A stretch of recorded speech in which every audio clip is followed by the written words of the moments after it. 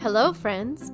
I'm no therapist, but I'm your host, Stephanie Goodman. I'm a wife, a mother, a grandmother, and a woman of faith. Often friends ask me how I have a successful marriage while blending families and staying optimistic in life. This podcast features people with real life stories about success in relationships and triumph over trial.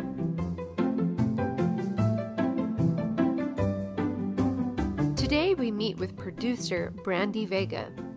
After nearly losing her daughter to suicide, Brandy made a decision to organize an event called Livelive.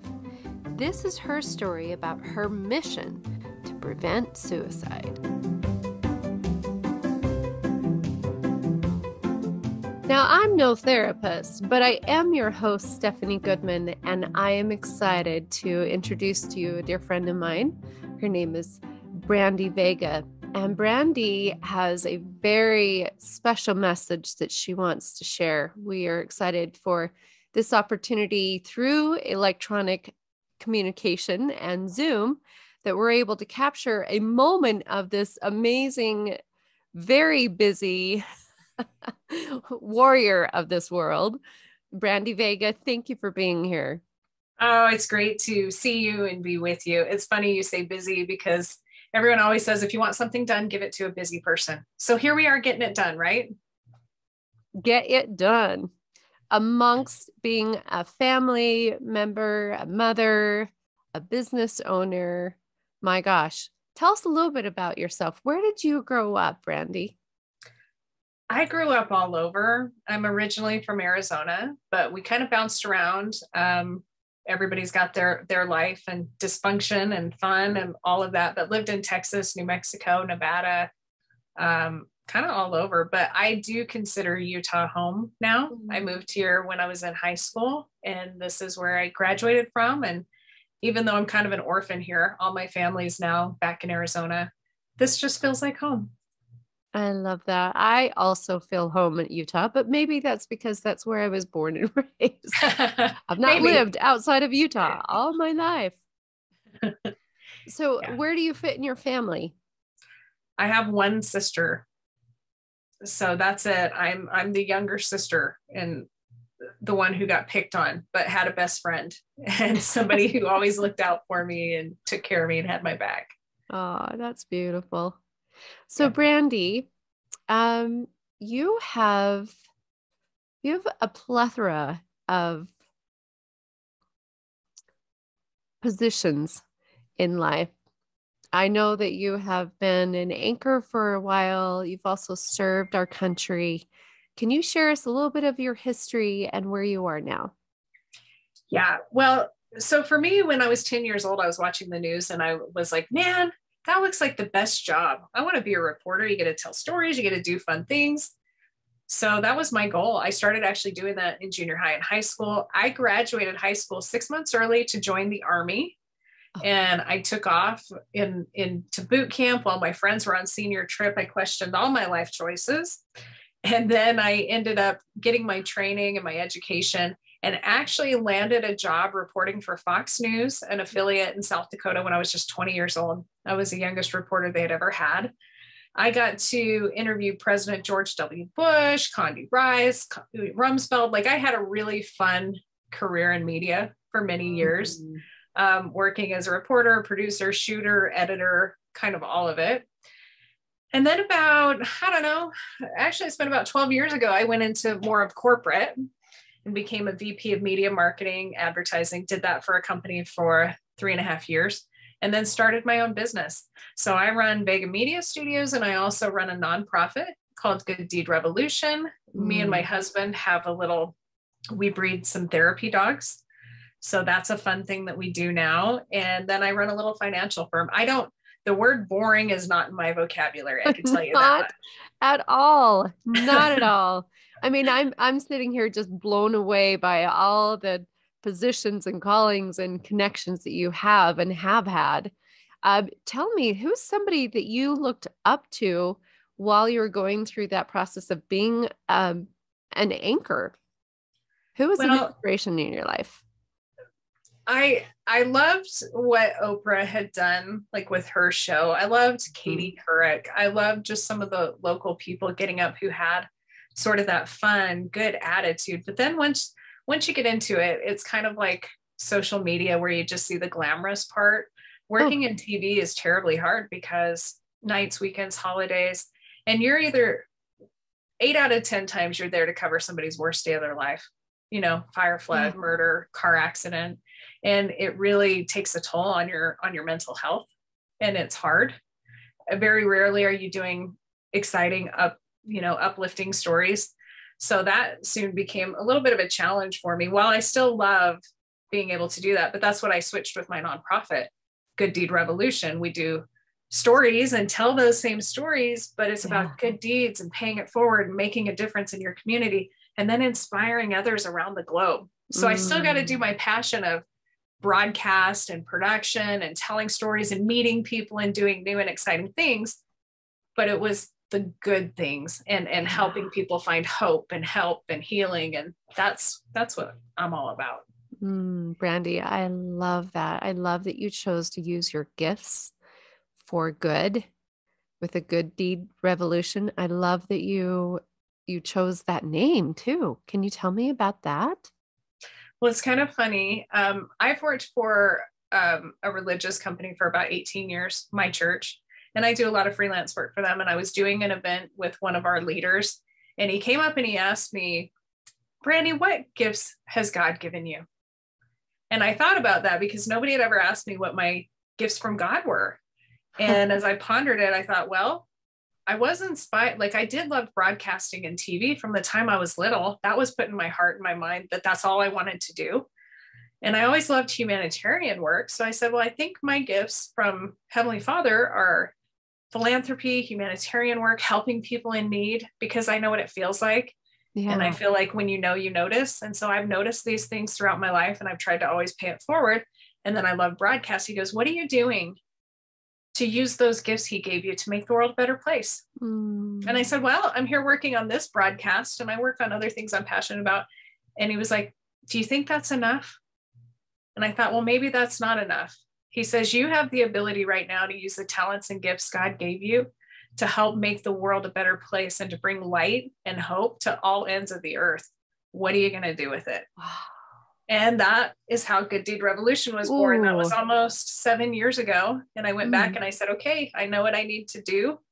And that's what I created. And here we are. Wow, Brandy, I have the chill bumps from that. What can I ask you? I know you're asking me questions, but can I ask you what you think your gifts from Heavenly Father are? Well, I think along the lines that you have, which is to be a gatherer, to celebrate in the good things that are in the world, to bring light and knowledge and give people the opportunity to recognize their transformational steps. I love it. I would say you're right. And right now, that chapter of my life happens to be as a podcast guest or podcast host, which I have thoroughly enjoying. It is so amazing for me to look around and see all of the connections, the friends like Brandy Vega. We have been friends for a long time, and all the many adventures that we've been able to share together, different levels of chapters of our lives. We can also go into that as well. From me being a newlywed, which was coming up on 16 years of being a newlywed and getting involved with film and meeting people like you and being able to see and be part of your ups and downs, your transformations, being a frumpy little caterpillar trying to make it in life and then crawling into a chrysalis and feeling like the world around us is dark and where are we going to get from here? But then also embracing that that you are God's daughter and that he has a choice and a purpose and a plan for you and trusting that. And then your wings come out, And I feel like we go through different cycles of that. Oh, yeah. But sometimes those cycles seem so dark. And those dark times can be so blinding from the truth that we are. Yes, they can be. It's always a challenge. Life is full of that. But at the end of the day, we know that that's the way it's supposed to be, right? That's part of life. That's what we're here for. Yeah. As long as we don't fall into the place of feeling picked on for the challenges that we're experiencing. Yeah. So that leads me into a little bit about what you are focused on doing right now. So right now I'm in the process of creating an event called Live Live. It's a suicide prevention, mental health event at the Maverick Center, September 10th, which is World Suicide Prevention Day. Amazing. And it's a labor of love. I'm a mom on a mission because just over a year ago, I almost lost my 14-year-old daughter to suicide. And it was very traumatic. And it was actually her second attempt. She had attempted at 12 and we almost lost her that time.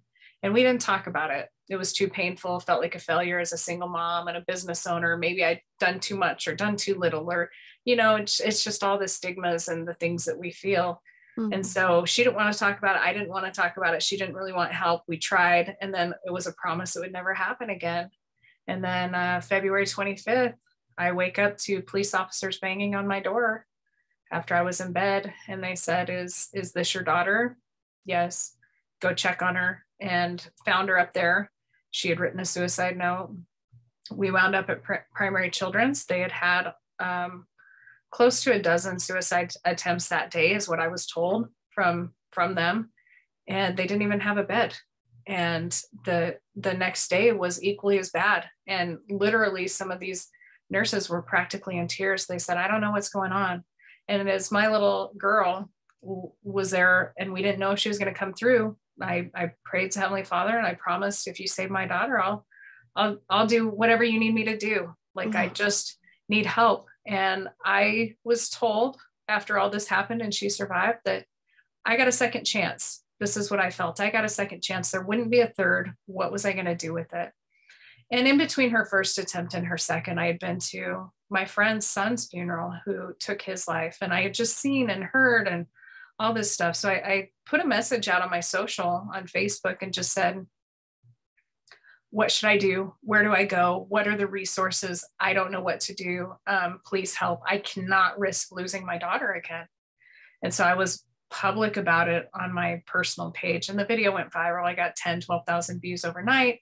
I woke up to hundreds of messages from people saying, people I would have never expected. A lot of my friends, people I didn't know, but I lost my father. I lost my mother, my son, my daughter. I'm struggling. I've attempted. And it was just completely overwhelming. Wow. And then my friends at NBC contacted me and said, hey, will you do a story with us? And I was like, no, I don't want to do a story with you guys. You want me to talk about this? And, being on TV, like we talked about, I didn't want to be vulnerable. I did not want to share that side. It's so hard and so scary and painful. And so I told them no. And then they were like, this is such a huge issue and nobody's talking about it. Would you reconsider? So I reluctantly ended up doing it because I remember I said I'd do anything you wanted. And when the story ran, I just shared my experience. I said, if you have kids, like, go check on them right now and just ask them point blank, are you suicidal? Don't beat around the bush. And when the story ran, I got a message from a dad and he said, thank you. You just saved my daughter's life. He said, I watched your story on the news and I went in to check on her. And she had already written her note and was planning to end her life that night. Thank you. I got her help. And then I got another message from somebody who said, we went and talked to our son and he admitted to having a plan for the weekend and we're getting him help. Thank you for sharing. And so that's just kind of been playing over in my heart and my mind this whole time is, what are the gifts God gave you? What are your experiences? And when passion meets purpose, and that's where we are right now. That's why I decided to create this, because I thought, gosh, if we can reach 200,000 or 2 million or 20 or 200 million, imagine how many lives we could save if we saved 2 out of 20,000. So we've created something that I'm actually super excited about, but it's a huge undertaking. We're working with influencers, celebrities, corporations, other nonprofits, and we're going to be doing a 2-hour show, hope, help, healing, education. We have singers, dancers, comedians, influencers, survivor stories, resources. And we're putting it on, and we have an audience of 75 million so far through our subscriber base. So we're going to be working with those, and we'll be live streaming on YouTube, TikTok, Instagram, Facebook, to reach out to their messages. And I'm telling people it's like a way to consider it, because it really hasn't been done at this level, this way for suicide prevention. We're door dashing the message to the people on the devices they're on the platforms they visit, from the people they trust. Because you can't expect to, put on an event and build an audience, especially for something like this. So we're pretty excited about that. And then we're going to be doing an aftercare campaign where we get information, and we're sending out resources geographically and culturally through some of our technology partners to provide help. So real results. And I'm pretty excited about it. But man, it's very ambitious, Stephanie. Yeah. Yeah. When you see something like that, well, I mean, you have some background, you have some connections, you've got a studio. So there has been some things placed in your life that makes this possible. But there are those things that seem so grandiose, bigger than you. How do you make it through these times of not actually believing in yourself, or imposter syndrome? It's been really hard. It's been really hard, because I feel like, as I evaluate this, I've been put into a position to be able to do something. I've been doing production for 27 years. I've done a lot of concert shows. I've interviewed a lot of people. I understand how to make this happen. But if I hadn't had the personal experience of the mental health journey and the suicide prevention, I would not have the passion and the stay with it to get this done, because it's really hard and really discouraging at times. And it feels inspired. I felt prompted to put it on. So I've said, okay, this is Heavenly Father's show. I'm just producing it. I'm trying to find the right people. And I've prayed many times, like, hey, help me find the right people who want to be involved. I've been using the network, my network to network. Who do I know? Who do they know? How can we get them involved without cold calling? And please touch people's hearts. I've been surprised, because after the last 3 years it's been a nightmare. Pandemic, politics, isolation, division, the war now. Everything's tearing us apart. And I thought, well, what is one thing that unites us? And unfortunately, it's this. It's mental health. It's suicide prevention. It's pain. It's trauma. Yeah. It's the one thing we all have in common. So I figured if we could bring everybody together in a way, and, it was inspired for me as a kid. I watched Live Aid in 1985. And I remember everybody coming together for the greater good. And that's kind of what my inspiration for this is I thought, how can we do something down in the same vein? Obviously, I get it's not going to be as big as Live Aid, but how can we address today's biggest issues using today's technology to save lives and have an impact? But when you're trying to do something different, something that hasn't been proven, I guess, technically, and when you're trying to do something that saves lives and brings light, there's a lot of darkness that comes your way and a lot of attacks. And I used to be able to say I've only cried 3 times. But now I would say I've only cried 3 times today, because it's really exhausting. It really is exhausting. There are sometimes people struggle with the scarcity mindset and with the competitive, and it's all about competition. And what I'm really hoping to do is build this community of collaboration that allows us to come together for the greater good and say, okay, what do I have? What do you have? What are you trying to do? How can we do it together? Teamwork. And some people are not necessarily open to that. And it's been a struggle. Yeah, it's been hard. I feel like if I didn't have the passion and know 100% that this is supposed to happen, it would be way easier to give up, because I've put thousands of hours into it, tens of thousands of dollars of my personal money. And then, it's hard when you hear things and people attack you. Wow. You have to be your own superhero, don't you? Ish.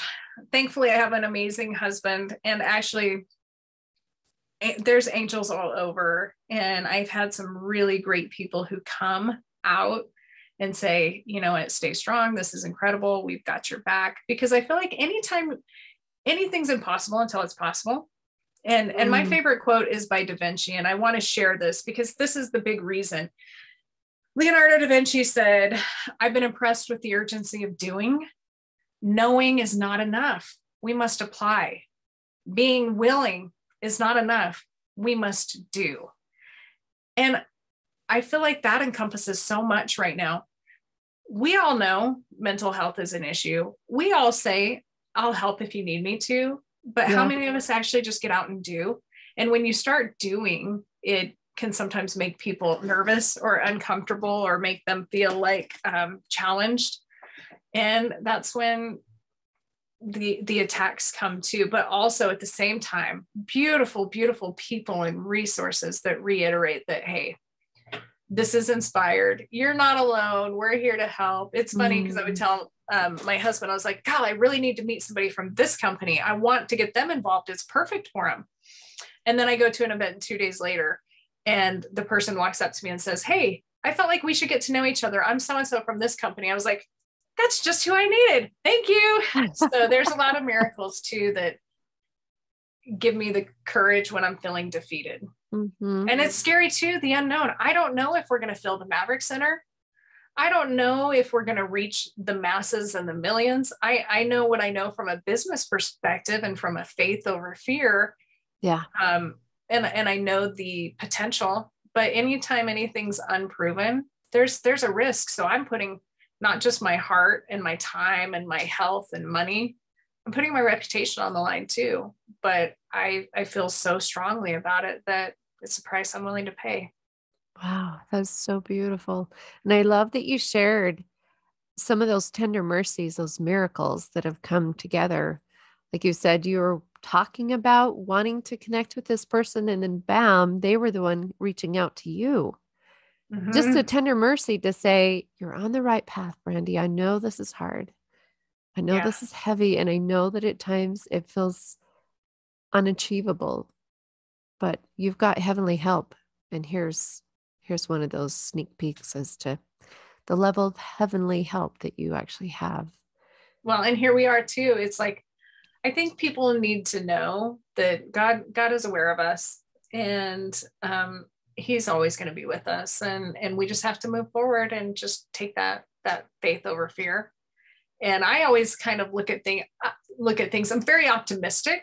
I'm an optimistic, natural type person, but I'm also a realist. I go, okay, I'm super excited about this. Optimistically realist, huh? Yeah. Yeah.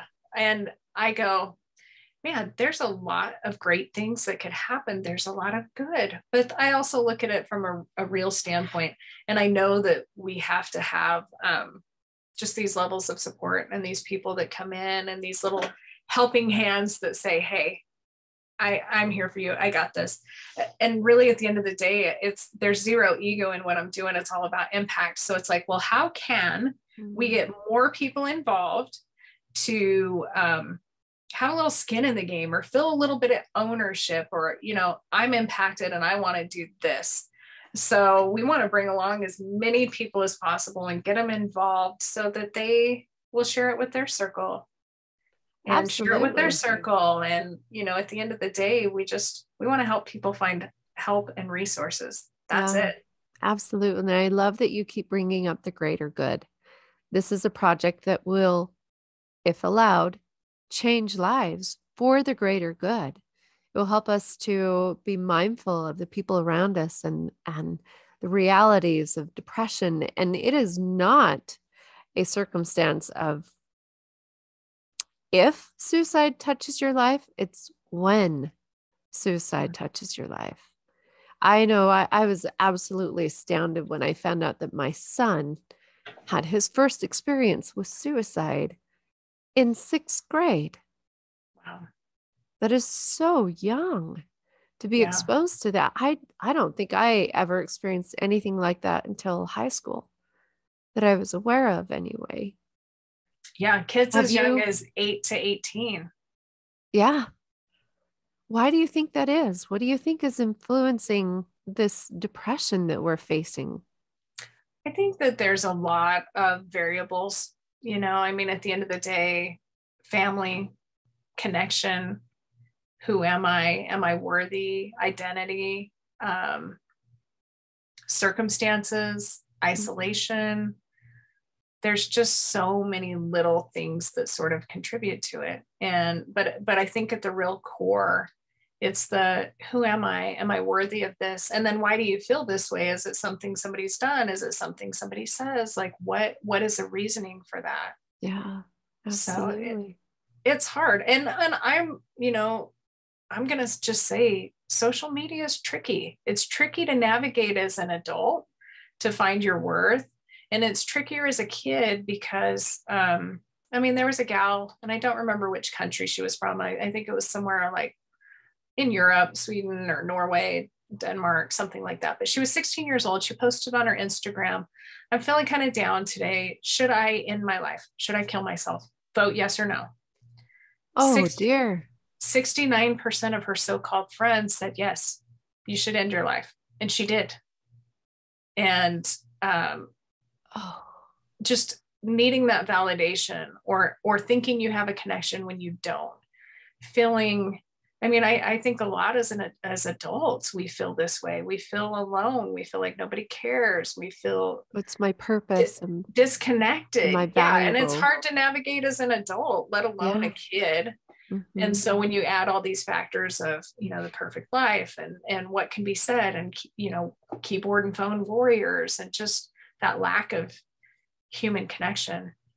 Yeah. I think that's a contributor, but that's my opinion. I don't have studies to back that all up, but they're, talking to people, calls to the suicide prevention hotline and stuff went way up during the pandemic. But Utah's doing pretty good. And there is hope. Like, I guess that's at the end of the day, we want to make sure that people know that there's help and hope, because there's a lot of people who are making it through this. And even my daughter, she's an amazingly gifted artist. And we found resources and education and tips and things that help us navigate these daily struggles. And so here she is thriving and doing very well. And she's pretty optimistic too. And so there is hope and help, and suicide is preventable. We just have to be willing to have the hard conversations, stop the stigma, find the resources, and learn how to be an ally and be a voice and be the doers, make a difference. So powerful. Thank you for sharing that. And thank you for sharing your daughter's story. I have to say, my heart goes out to your daughter to be feeling that level of pain and heaviness, that she's not able to see the love that's right in front of her, and that she's using her story for touching lives. That is so powerful and so vulnerable. Bless her amazing heart. She's a great kid with so much good to do. It's interesting because she's supportive of what we're doing, but of course she doesn't want to be the face or the voice or anything. And somebody actually accused me of using this to self-promote and to be the face of and do stuff. I was like, heaven forbid you ever have to be the face of something like this or be a voice of something like this. The reason I'm doing it is so other people don't have to. Yeah. Because I'll tell you, there's a lot of things I wouldn't mind being a spokesperson for, and I have been over the course of my career for companies and products. And this is one of them I wish I never had to talk about. I wish we never had to deal with it. But we do. And when people ask me, why are you doing the event? This is why I'm doing the event. If I hadn't had my personal experience, I don't know that I could have had the passion to spend the amount of money and time and resources and just vulnerability and tears that I put into it, because there's nothing worth that besides my kids and your kids and saving lives and making a difference. So, it's a little bit tricky when you navigate this. And when people talk about stopping the stigma and making a difference, I think that there's also stigmas in how we destigmatize Does that make sense? I'm like, we have to start speaking openly about this, who's involved, why you're involved, what it looks like to you, and be a voice too, to where people know that, hey, it's safe. It's safe to admit or talk or say I'm the parent of, or I'm the person. I'm the one going through this. Yeah. Yeah, I can appreciate that. So I want to move into a question of, what are you looking for now? How can we support you in this movement? I want people to be involved in whatever that looks like. I mean, when you're putting on an event like this, the more influencers have, the more influencers we can get involved, the more people we can reach. Mm-hmm. And so we're giving them really an opportunity to use their influence to make a difference, to reach out to their fans. And the cool thing is, it doesn't matter if they do a cooking show, a health show, it really doesn't matter, because everybody is impacted directly or indirectly with this. So we say, any influencers who are listening to this, or that, reach out, let's get them involved. We want to get them in on the show and share their experience. How do they cope with heartache? How do they cope with pain or fear, anxiety, depression? What do they do? Get them in front of all these other people, help grow their channel and their social impact. We're, of course, looking for sponsors and partners. So we've made a lot of great partners who can deliver resources to the people. Okay. We have to pay for the show. We are raising money through sponsorships to help cover our cost, but our entire team is volunteer, and we are doing everything, just paying for the hard costs. So any money that we raise above and beyond, it's a 501c3. Some will go toward the operating costs, and then the rest is going to go into a grant fund where we can support other nonprofits in the mental health, suicide prevention, and addiction space. And then, any celebrities, anything like that. We're looking for amazing performers. So if you know someone, again, it's a network. We've got Glenn Templeton. He's a country music artist. He's very talented, and he lost his father to suicide. And he's coming, and we're not paying these guys. We're covering transportation and lodging, but we really just want people here because they've been directly impacted. I've had some people tell me, again, nobody will do anything for free. You're never going to get anyone to do this without paying them. Well, I don't work for free, but I volunteer my time and resources to things that I'm passionate about, that matter, that make a difference, and that help. So I've got an incredible board. We've all put in our time and our resources, and we're finding the right presenters, speakers, dancers, entertainers who have a personal connection to this, that say, hey, together we can all give back, and anything we raise goes back to help those people who are struggling. So it's influencers, celebrities, talent, partners, sponsors. And then at the end of the day, anyone, anywhere can be an advocate. Tune in, come to the show at the Maverick Center, September 10th, buy a ticket, share it, stream it on your social media, share what we're doing. We want to reach people. You just don't know who's watching you or listening to you or who needs this. Right. We have one of the guys on the board, whose daughter struggled with mental health, and she admitted that she was ready to end her life, and she was getting ready to do that. And she was getting ready to, I'm trying to remember my safe messaging training. So I don't, when they talk about it, you're not supposed to talk about methods or things, but let's just say she was getting ready to end her life, and it involved traffic. And right as she was getting ready to do that, somebody hollered at her and said, "You're beautiful. Do you know that?" And that little comment to her was enough to get her to reconsider. So I think just, you don't know who's in your social media. You don't know who's in your family or friends, because most of them, like comedians, like Robin Williams, like others we've heard of, you have no idea they're struggling. And they struggle in quiet. So just letting them know that, hey, here's this, or I'm a resource, or I'm helping. We'll be doing a 10 for the win campaign. Donate $10 if you can. Take 10 minutes and share your personal experience on how you find hope and help and get through your hard times. Mm-hmm. And then tag 10 of your friends to do the same. So there's that. There's a lot of things. We're willing to work with anyone who wants to be a part of it. I love that. Thank you for sharing that. And I want to do a call out to my audience because I've got some great people that are influential and they have influential connections. If this is a subject that you are passionate about, it has touched your heart in some way, either in your own family or your own personal life, please reach out to Brandy. Let her know how you want to be involved. Let's make a voice for those that choose to be involved so that we can make a difference and be part of the greater good. Yeah. Brandy, I want to ask you some personal questions. Sure.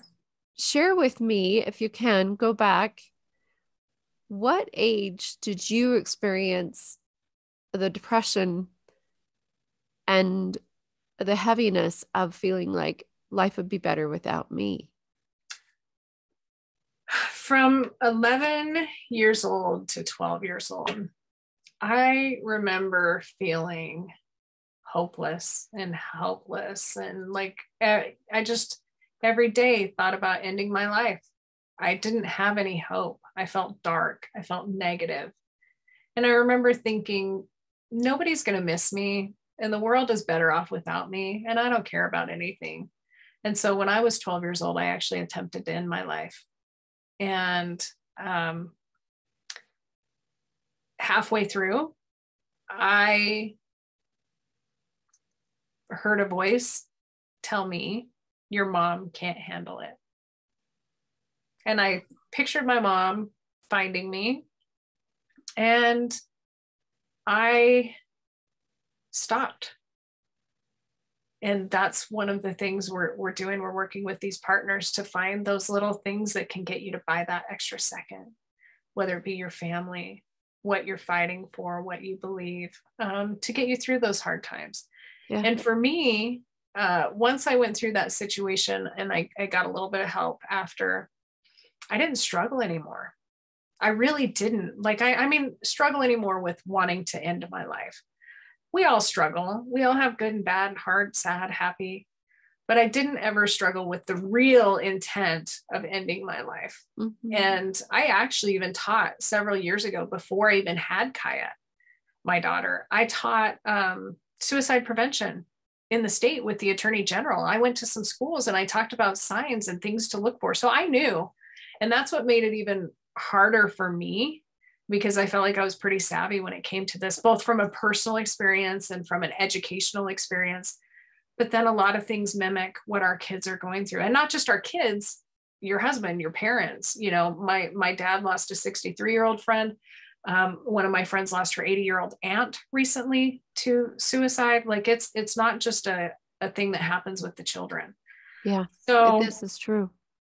And that's what's hard. I felt like if I missed it, if it happened to me, it can happen to anybody. And it really is. And you'll be surprised once you talk to people. If you go ask your loved ones. In fact, I talked to my mom about it, because one of the people I interviewed had struggled with a lot of things and lost their sibling to suicide. And I asked my mom point blank, do you feel suicidal? Because she has chronic health and chronic illness and pain. Uh-huh. And it was hard to hear the answers. It's hard to hear these answers, but when we know, we can help. Yeah. And when we know, when you know better, you do better. When you know what's going on, when they feel safe with you, when they feel like, okay, it's not a deep secret anymore. It's not something dark. We brought it out. It can breathe. It can be in the light. Wow. And we can address it with light instead of just feeling this dark heaviness. Mm-hmm. I love that you brought that up. That's one thing that I have been practicing doing is voicing those inner thoughts, to not allow them to grow into demons that they can become, right. To be able to share my story, I think is so powerful, and not let those thoughts take over. Sometimes those thoughts seem so powerful. Right. Yeah, it's hard. That's why I said, how can we start to have these conversations? How can we start the dialogue? Where can we reach people where they are? Yeah. it's funny because I had a friend of mine who's a Hollywood producer say, hey, Brandy, I heard what you're doing. It's fantastic. Let me take it over. We'll do this, this, and this. We'll get it on the network and you can reach these people. And I just thought, and they wanted exclusivity. And I thought that, do you think you could get a 15-year-old boy to tune into a network TV on a Saturday night to watch a program like this?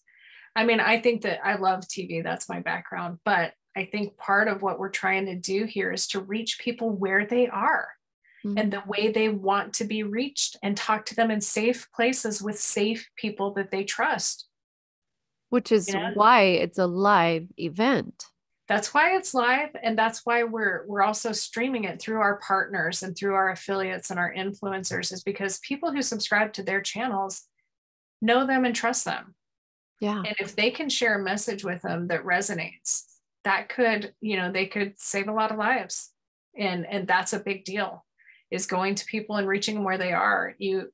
When you're struggling like this, you're often not going to reach out. I mean, you're not going to come out and say, hey, everybody, I need help. I'm struggling with my mental health. I'm thinking about ending my life. Most people don't do that.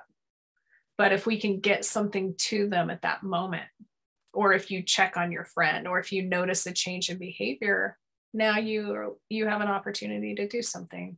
Yeah. Could you go into some of the signs of someone who may be going into the depression of suicide that we can be mindful of?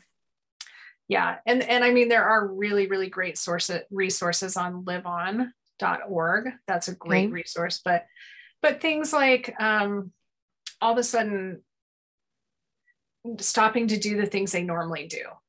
If they start looking depressed, seeming depressed, not showing up, talking about they don't matter, or things are better without them, or they start planning and they start getting rid of things or organizing, or there's signs. I mean, I remember when I was going through that hard time, I was writing poems and doing art that talked about it. Like, there were pretty good signs that I was, being reclusive, hiding out, being in my bedroom, being moody, being emotional. And the hard part is, as a teenager or preteen with my daughter, yeah, she had some of those things. She had become a little more reclusive, hanging out in her room, not wanting to do things, a little more agitated, but that's also junior high and hormones and changing, the preteens and mood swings. Yeah. So it's hard sometimes when you look at it to go, what's normal and what's abnormal. Yeah.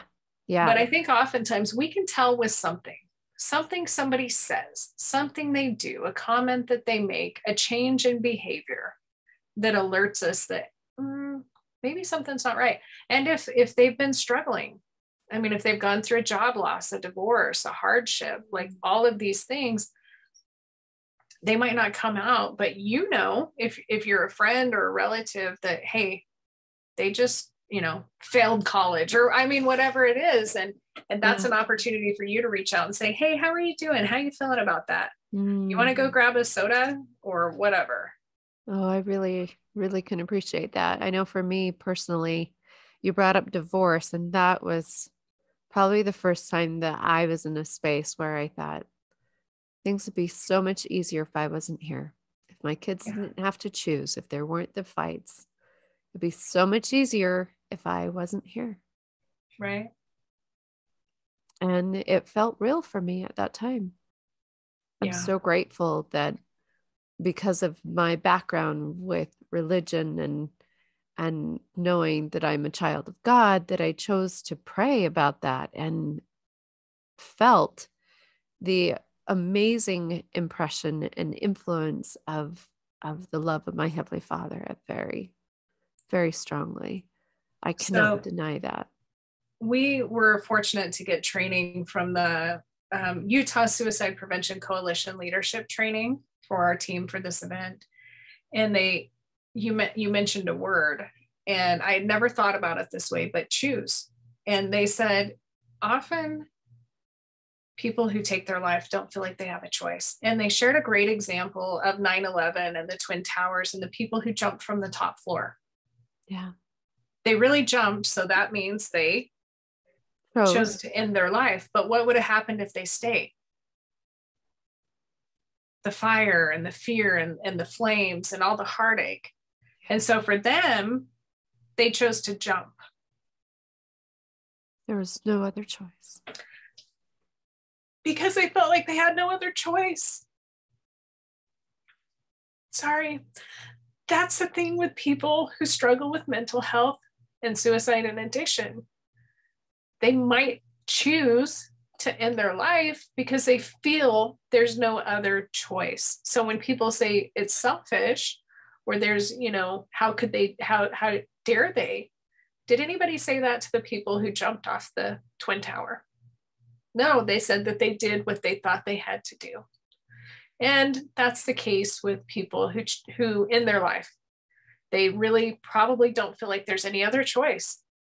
And so that's something that we have to recognize, is because often if our brains are working okay and we're not struggling with suicide ideology or mental health or addiction or abuse or trauma, our brains are able to process those things and we can rationalize that, hey, there's other things or there's choices. But somebody who's struggling, it might just be that or nothing. Yeah. And so, again, this is why it's important of how can we be there and get them through and get them through these moments. One of the girls we have coming, her name's Katie Stubblefield, and she is a suicide survivor.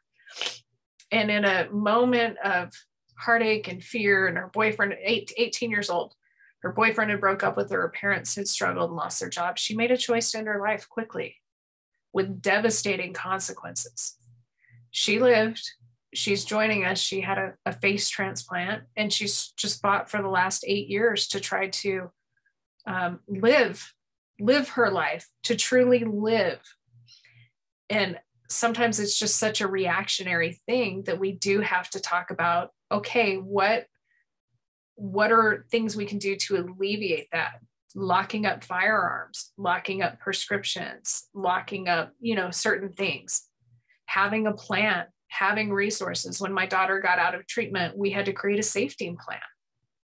But everyone shouldn't have to have an attempt or an experience before they create a safety plan. And this is part of what we want to share during this event is, hey, here's a safety plan for all of us. Wow. Here's what we can do. Here's what we can look out for. Here's some tests you can take to find out if you're feeling this way. Here's treatment options. Yeah. Wow. I'm so excited for what you're putting together, the collaboration that's happening and the messages. I mean, right there, I can see how valuable this event will be. Thank you, Brandy, for taking this time. Thank you for sharing your personal stories. Thank you for being open to collaborate and to make this happen, to touch and change lives. I would also exhort that if you're listening to this and you feel a gut feeling that you do as Brandy did on her recording, go check on your children. Go check on your friends. Be prayerful.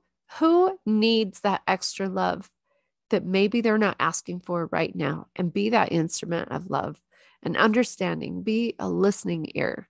I'm no therapist, but I'm listening and I care.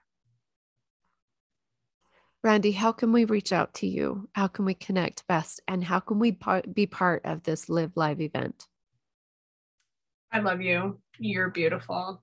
People can get information at liveliveevent.org. We have some information on there. We're looking for fun ways to get companies, corporations, nonprofits, schools, gaming groups involved. Again, the more we get people in there doing something and talking about it, the more lives we're going to save. And it's pretty simple. You don't have to plan this whole event and try to figure it out. Just figure out a way to come and join us. Mm-hmm. So buy tickets to the event. Those will be going live next week. We'll start ticket sales.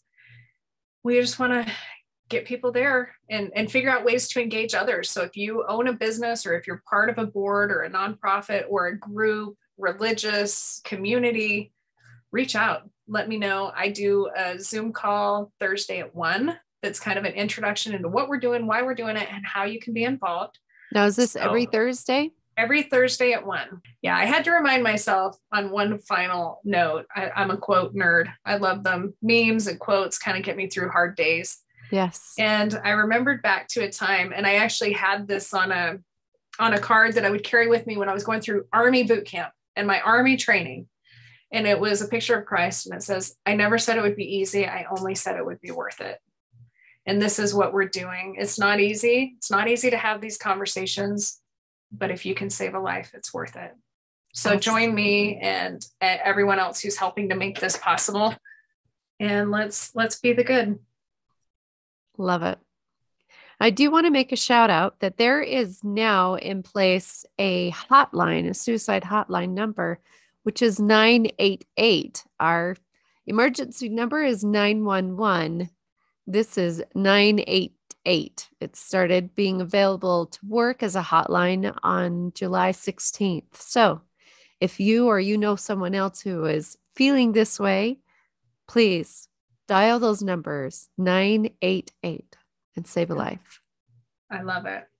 And liveon.org is a great resource. NAMI is a great resource. There are tons of amazing tools and partnerships. And part of the reason I'm doing that is to find out who all is out here, who's available, how can we share your information and get people the help that they need wherever they are and with whatever they're dealing with. Okay. Thank you so much, Brandy. I really appreciate you sharing this time with us. I feel like we have some good things here. So thank you. I hope that your day continues to be just full of abundance, that it doesn't matter what kind of trials you're involved with, that you know you have a purpose, you know who you are, whose you are, and that's why things are working out for you exactly as they need to be. Thank you. If you've enjoyed this episode, remember to subscribe, share, like us on Facebook, and follow us on Instagram. Please comment because I would love to hear about what you think and what you want to see in the future. I'm no therapist, but I am your host, Stephanie Goodman.